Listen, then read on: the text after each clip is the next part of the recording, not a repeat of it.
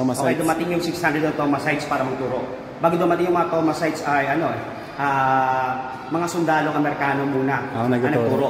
Tapos dumating yung 600 na Thomasites, yun yung mga nagturo. Sila na yung nagturo. And after that, tinayo nila yung PNU. Good day, Locals! Bulacan Locals! Bulacan Locals! Good days, Bulacan Locals! Good day, Bulacan Locals! Oh!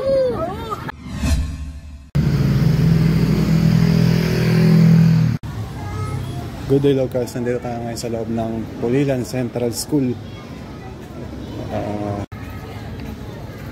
Yung mga ka-locals, hinahanap natin si Sir Roger. Siya daw yung may hawak nung susi ng museum. By appointment lang yata ang punta sa museum dito sa Pulilan Central Museum dito sa bayan ng Pulilan, mga ka-locals. Nandito tayo ngayon sa loob ng eskwelahan.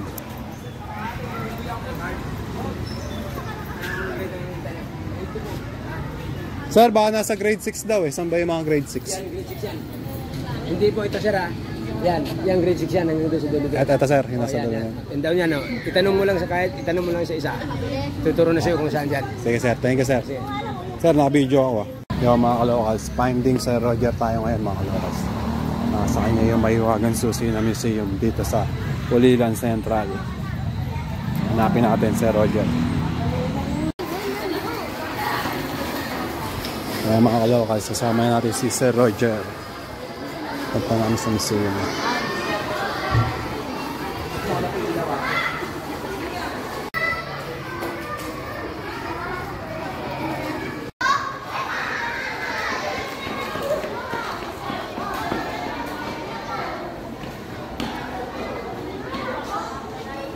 Ayan, good day, Locals. Nandito na tayo sa Museo Central ng Pulilan dito sa Pulilan Elementary School, Central School.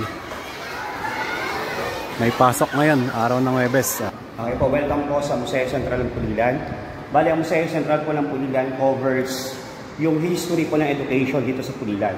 Ang Pulilan Central School po ay tinatag noong 1919. So ngayong taon ay 106 years na siya. So dito sa area na to makikita natin yung kasaysayan ng edukasyon sa Pilipinas. So part ito yung panahon ng pre-colonial, panahon ng mga Kastila, and then nung panahon ng Amerikano. Ang mga Amerikano ang provide sa atin ng primary school kung saan in-offer nila education na libre. Okay, unlike yung sa panahon ng Kastila na mga ilustrado lamang may karapatan mag-aral yung mga mayayaman lang o may kaya. Pero nung panahon nila, ito nga, yung panahon ng Act of 74 ni Schuman, pinrovide na sa Pilipinas yung libreng edukasyon. Libreng edukasyon. Yan ba yung answer, Thomasite o iba pa yan? Ay, yung mga Thomasites. Okay, dumating yung 600 na Thomasites para magturo. Bago dumating yung mga Thomasites ay mga sundalong Amerikano muna ang nagturo. Tapos dumating yung 600 na Thomasites, yun yung mga nagturo. Sila na yung nagturo. And after that, tinayo nila yung PNU, yung Philippine Normal University. Tapos tinayo nila yung UP. 1908, mga Amerikano na po yun. Amerikano pala yun, sir? Oo, Amerikano na yun. Tapos nung time na yun, i-provide nila yung pag-aaral ng mga maging guro para yung mga papalit naman sa Thomasites. Okay. Mga Pilipino na yung Pilipino na, sir? Oo, sa PNU puro education lang dati ang kurso. Ito yung mga lumang larawan, nakikita nyo dito yung mga parifernal lang para ng Central Pulilan nung panahon ito. And you can move around po para makita nyo yung mga exhibit natin dito sa loob ng Museo Central. Pulilan Elementary School.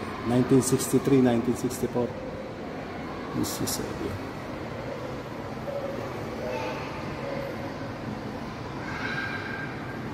Gabaldon. Sir, ito yung Gabaldon, yung museum din ba yan, sir? Yes po. Yan po yung unang building. Pero actually, yung unang building na yan, yan yung Museo de Pulilan. Yan yan, sir. Yan, Museo de Pulilan na ngayon. Yan yung Museo de Pulilan. Yan yung Pulilan Elementary para mag-build itong Pulilan Central.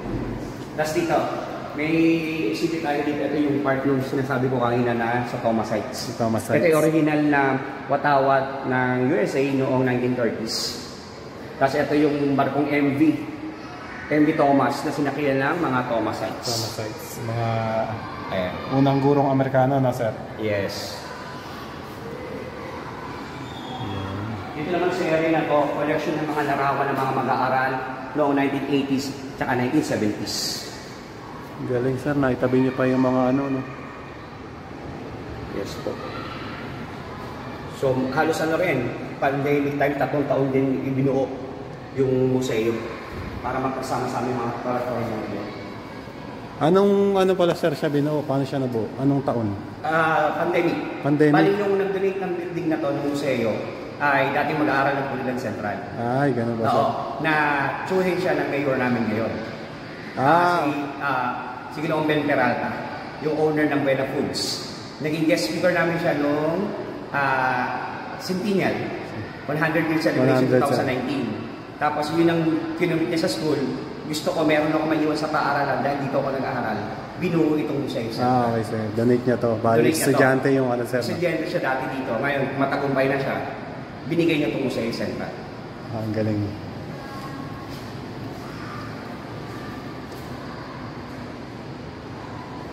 Sino sila sir? Mga dating teacher? I just support tayo, hindi ko kilala yung mga teacher. Pero may isang picture, photograph dito na kilala ko pa yung mga teacher. Pero sila sir, dating teachers na sila? Dating teachers sila dito sa dating teacher, ang galing. Ganyan kalalaki yung bintana. Kasi galing. di ba, hindi na air condition yung mga rooms noon. Kaya i-provide na malalaking bintana for ventilation. Kasi ito talaga yung design ng Pulilan Central School. Ganito siya before, yung Gabaldon building na tinatawag. Tapos yun yung pinaka-model. Pero it was demolished 2002. Yung old Gabaldon building namin 2002. Nandito siya sir sa... Sa mismo, sa may harapan. Doon siya mismo, dito siya mismo sa school nakatayo. Yung structure na nandito. Ito pala siya dati mga kalakas. Yes. Kanilang Central School. Tapos dito, demolish na noong 2002. History ng mababang paaralan ng Pulilan.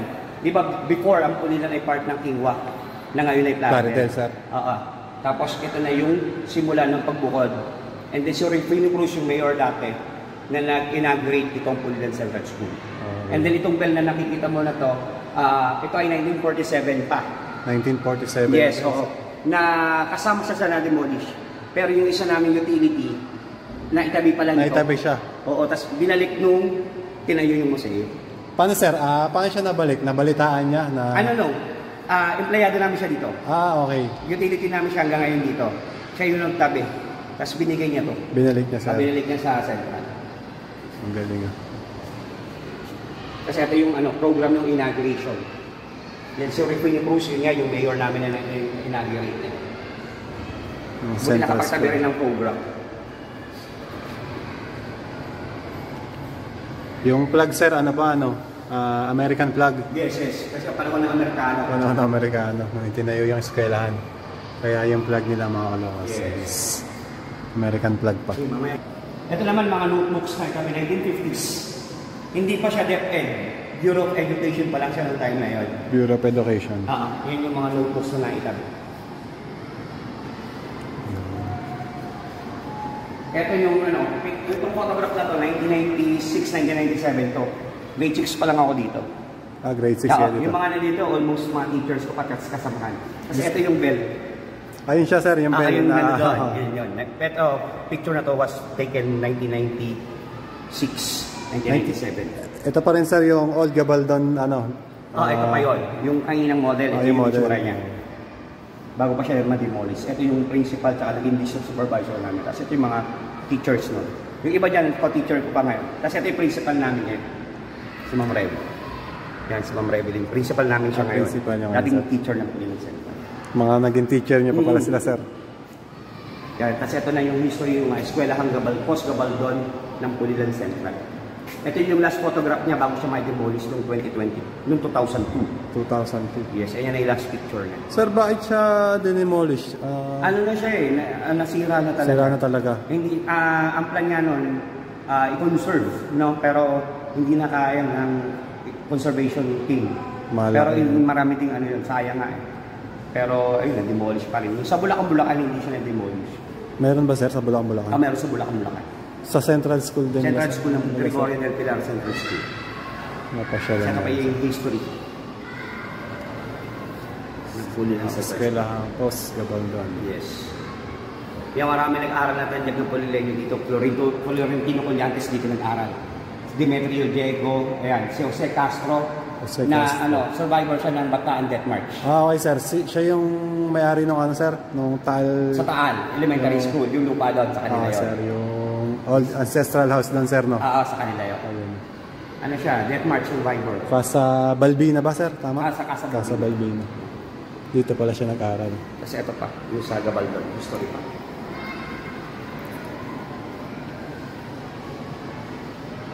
Ito si Gabaldon. Ayan siya. Gabaldon Law, na nais sa mataas noong December 20, 1907. Pinangalan siya kay Saulo Gabaldon. Kinatawa ng Nueva Ecija na panukala nito. So, kaya yung Gabaldon Nueva Ecija sa kanya rin nakapangalan. Okay. Pilipino siya, sir. Ano siya? Hindi. May ano na siya ng part ng America. Okay. Okay? Tapos may program Pihakto, Bulacan, yung Sinalisip Hub. Dito naman, yung research hub namin, ang laman niya, yung mga bayaning Bulacanyo. So, may mga QR code, yung bawat pictures dyan, pwedeng scan, tapos lalabas yung mga detalye tungkol doon sa particular na bayani. Okay. Para sa elementary, kasi hindi pa sila allowed mag-cellphone. Kaya hindi pa to sa mga elementary school or elementary students. Sa ngayon ba, sir, may high school na dito sa... Wala. Wala. Talagang elementary lang. Elementary lang talaga dito. Sa ngayon yung teachers and leadership research hub. May mga katabi kasi high school.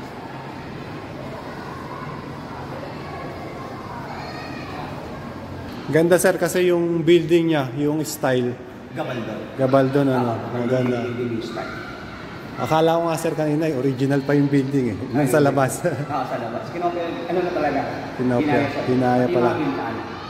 Buti, sir, ganun yung naging plano sa building. Yes, ganda.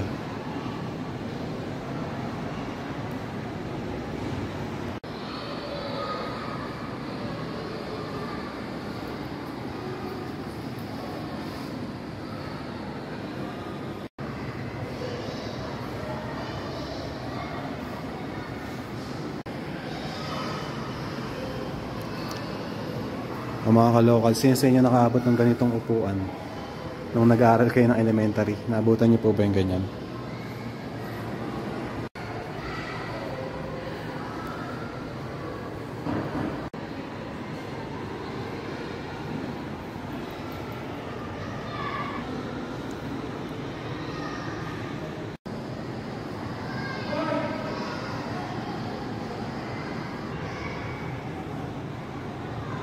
O baka nandito yung mga lolo't lola niya, mga ka-locals. Mga sinaunang estudyante dito sa Pulilan Central School.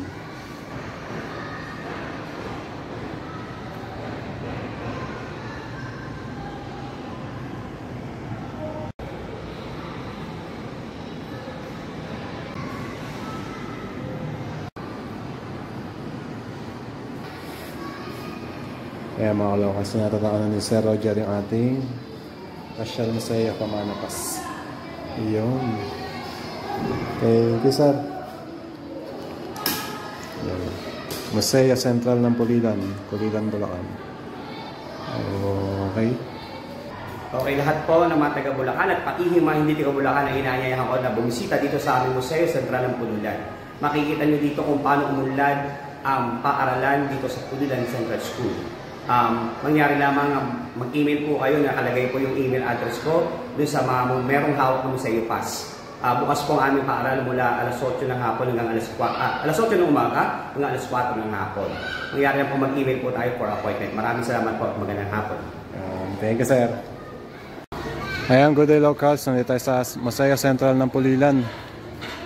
Pinatatakan natin yung ating Pasyal Masaya Pamanapas. Shoutout kay Sir Roger. Maraming salamat po. Tinuro niya tayo sa loob ng Masaya Central ng Pulilan.